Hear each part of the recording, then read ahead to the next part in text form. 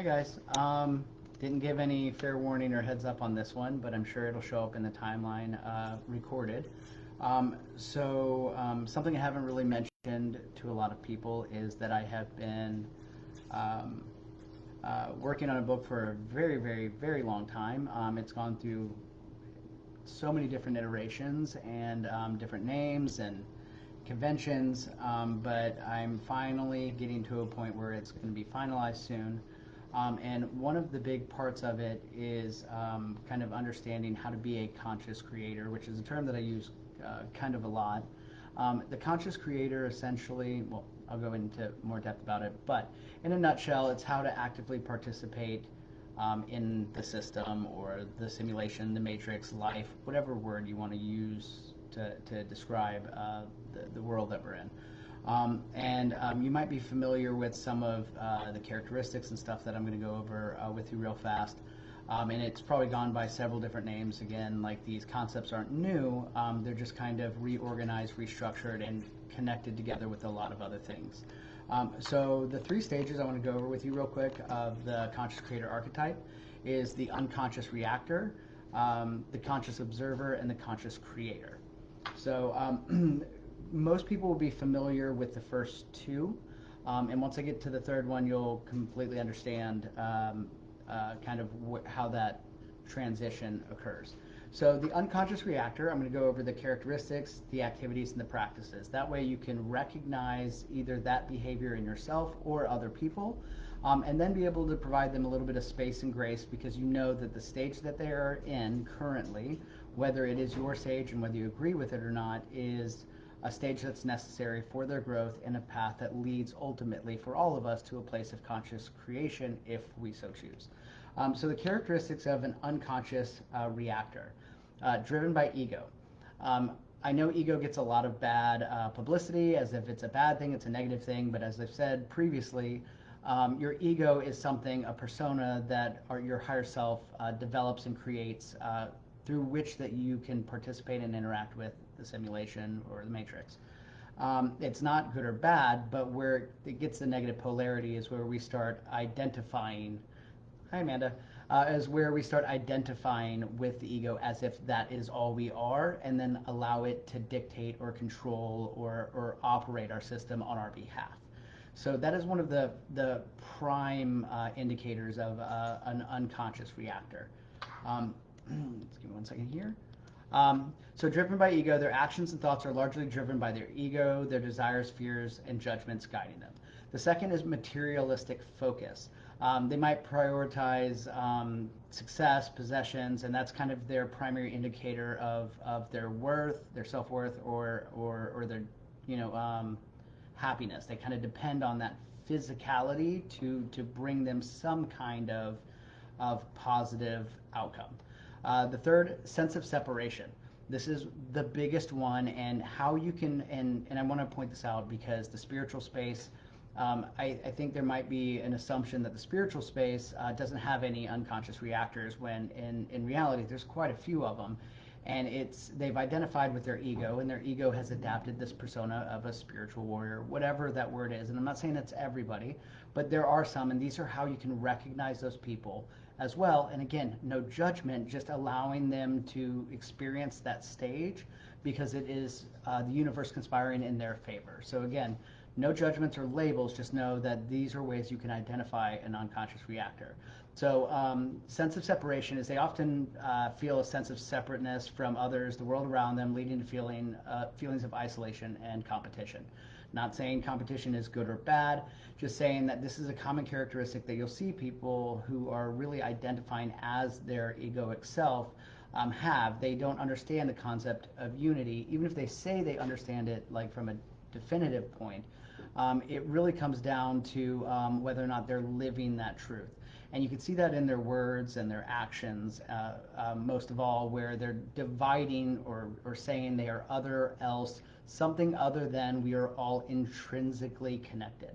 And you can see it, it's an obvious place is in like the political sphere, where you're drawing these hard lines, etc. Chronic dissatisfaction. They might constantly chase after desires. They're never really feeling satisfied or content. There's always something else on the other side that the grass is greener on the other side concept. And so they're always chasing for something that's not here. Fear of death, also a really big one, which I know is probably going to be super prevalent. I want to clarify that just because you might resonate with one or more of these things doesn't necessarily make you an unconscious reactor, because it's a spectrum. But it is something to draw your awareness to. So this fear of death, which to many might seem like doesn't everybody have it, but in fact it's not as common as one might think. It's easier to say from somebody who's had a near-death experience or something like that, for them to not have to rely on faith to understand that. But what differentiates an unconscious reactor here is that that drives either consciously or subconsciously most of their actions. Whether we know it or not, we always have some voice in the back of our head that is in some way being reminded, whether it communicates that with us consciously or not, that there's a finality, there's something that's going to end, and we always know that it's not an end, it's a change, it's a transformation, it's an expansion. But in an unconscious reactor, it's not necessarily the case. And yes, that usually accompanies somebody who has a lack of faith in something, whether it be a spiritual, afterlife, energy, whatever. But that fear of death is a heightened fear of mortality and an unknown. And if you've noticed, there's a lot of commonalities in these characteristics, like this unknown, not having enough, this lack, I guess. Lack would be, I think, the biggest word overall. And then lastly, a limited perspective. They might have a narrow viewpoint, often influenced by societal norms, personal biases, and limited experiences. So it's really manifests easiest in people who see the world not as opportunity, but as kind of face value, and more so from a place of scarcity or lack, that there's not enough of something, that we're going to run out. Again, tying to that underlying theme of restriction or disconnect or separation and lack. So that is your unconscious reactor characteristics. So as you're navigating the simulation of the matrix, these are the kind of ways that you can identify people who are operating as an unconscious reactor. Activities that you'll see: acting impulsively without foresight or forethought, following routines without questioning them, engaging in mindless distractions like excessive media consumption or excessive consumption in anything really, and jumping to conclusions based on limited information. And I want to expand to add cognitive dissonance and absence blindness, or absence blindness, cognitive dissonance. I call it the ABCD of unconscious behavior. Absence blindness being what they don't know that they don't know, and then cognitive dissonance is when they are provided with new information that challenges their belief system. They double down on things that separate them from accepting this new view, this new reality. And then practices. They're rarely reflective or introspecting on actions and decisions, seldom seeking feedback or outside perspectives, and avoiding challenges or unfamiliar experiences. And lastly, operating mainly on autopilot. Again, you can tie a lot of these to like that subconscious, that ego that is kind of steering the ship in this scenario. So they don't really tend to think outside of the box, nor have an inkling to. And typically, if they are poked or influenced or come into contact with something that is outside of their ability to see the world differently, it often invokes like a negative response. They'll have anger or any of those negative emotions that we typically add to people who come against fear, because that's innately what it is. It's this fear and it's this cognitive dissonance to deal with the unknown. So that's kind of some of the practices. Again, autopilot. A lot of these are very common things that we've all experienced, either in ourselves or in other people, and pretty much every day.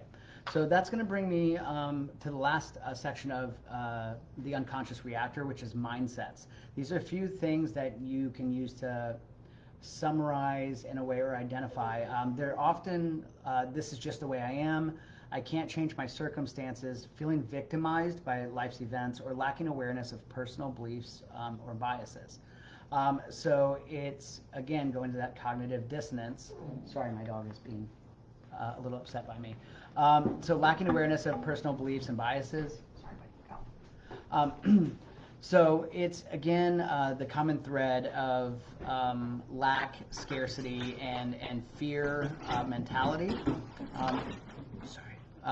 So that's kind of the unconscious reactor. The second one is one that I know we're all familiar with, and it's probably the most prevalent in esoteric, religion, spiritual, all those things. And oftentimes the unconscious reactor, their ego, if they're in that spiritual space, will identify as a conscious observer, which means they'll use buzzwords and other different things that they've read or picked up, but aren't actually, for lack of a better word, walking the walk. So a conscious observer, the characteristics here are inner peace and well-being. And just to clarify, to summarize, if you're not going to stick through all of this, the conscious observer is this guru, this meditation, this enlightened individual. And this is not somebody going through the motions in a conscious observer. This is somebody who truly is a conscious observer.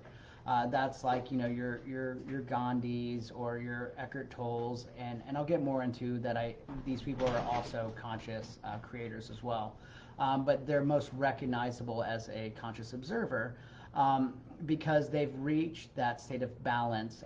I've mentioned before, like, you know, people who are trying to get their chakras into alignment. Once you get there, that's that alignment. So it's somebody who's essentially in alignment.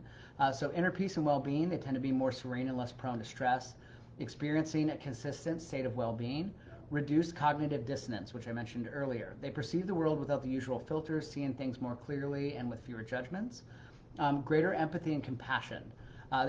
They feel a profound sense of connectedness with other beings and are more compassionate and empathetic as a result. Less materialistic. While they might still enjoy the normal possessions and the physical reality, they don't view them as the primary source of their happiness or success. They actually value experiences and relationships more than anything else. Sense of unity, which, again, going back to that unconscious reactor, the big difference between a conscious and unconscious human being, would be unity or divide.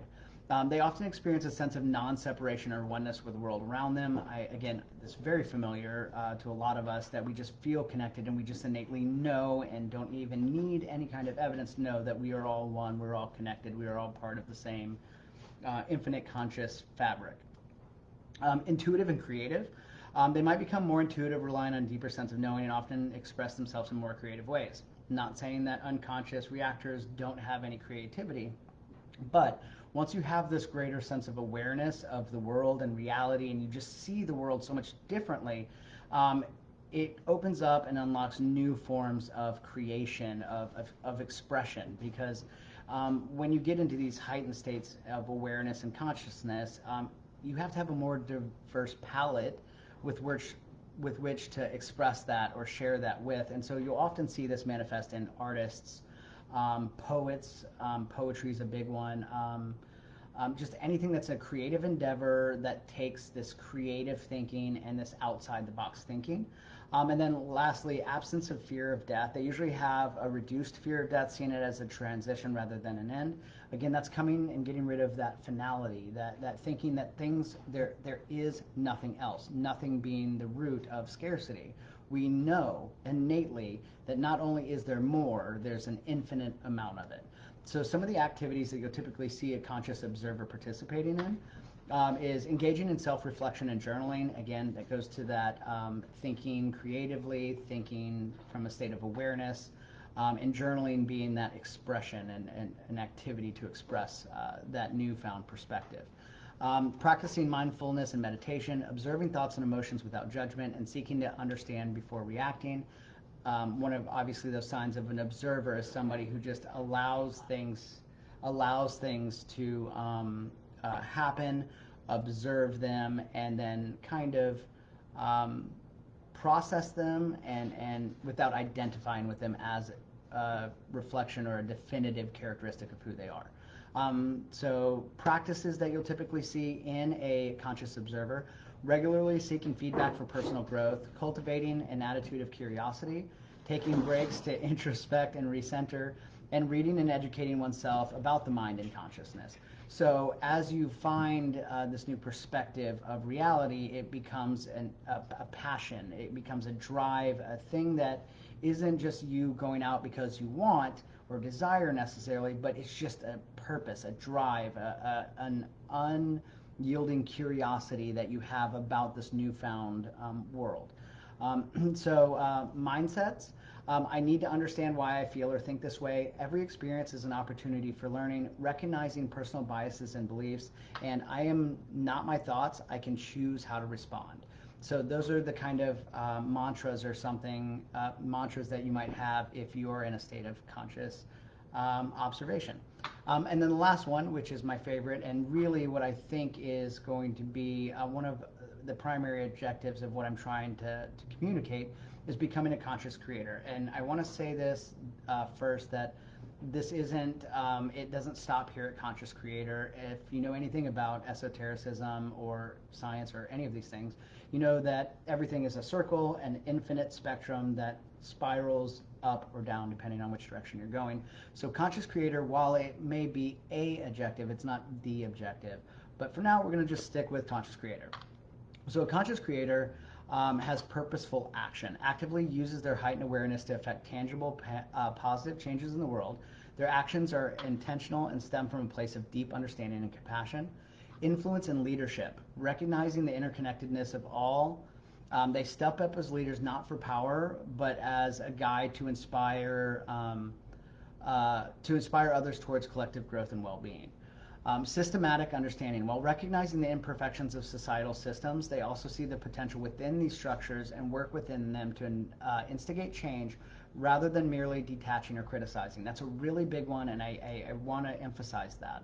I share it a whole lot when I say that, tool's not a trophy, or the universe is conspiring in your favor, that the systems that we don't like, and these phrases like, we're going to break the matrix, escape the matrix, I'm not coming back because, F the matrix, or whatever. A conscious creator understands that all of these things are here in our favor. They are here as tools, and morality, good or bad, is a human construct, and it's really determined by the user and the usage.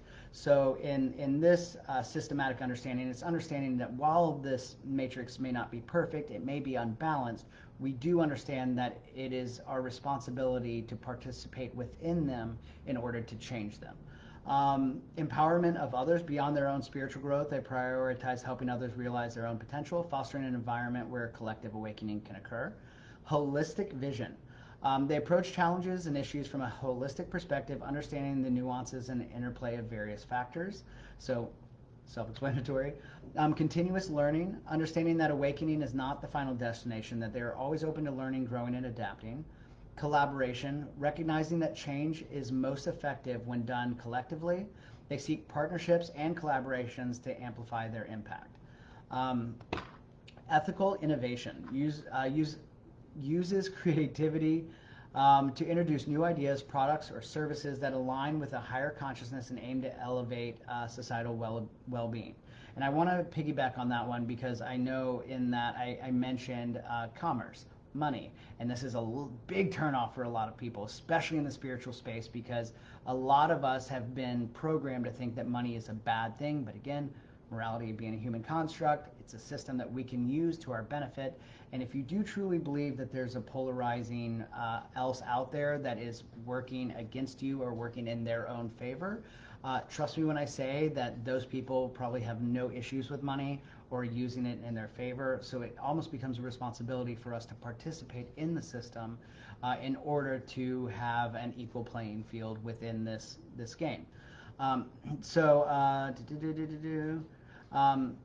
And again, I want to point in, and I lost my place on where I was going at. Product services that align with higher consciousness. That does mean actively and consciously participating in a financial system. And I do have some information that I could share at a later video about the 5 primary types of currency, because it does transcend money. That's just the one that most of us are familiar with, though the other 4 are ones that we all use on a very regular basis, and most of us don't even know it's a currency, again, because we've been pre-programmed to not know that. Resilience and patience. Even in the face of setbacks or slow progress, they remain steadfast in their mission, driven by an unwavering belief in the potential for positive transformation and divine timing. Whereas a conscious observer allows things to just kind of flow, a conscious creator harnesses the flow into an intention and to something that has immeasurable results, and oftentimes guided by that positive change. And when I say positive, I mean unity, not division, towards the goal of bringing everything and everyone together into a cohesive unity consciousness. Adaptive flexibility, able to change, obviously, despite circumstances. When you are a conscious creator, you are aware that the universe, the simulation, the world, this existence is a dynamic system, which means it is always evolving, it's always changing, it's always shifting. And once you have awareness, yes, you can allow that to change and just watch it, or you can alchemy.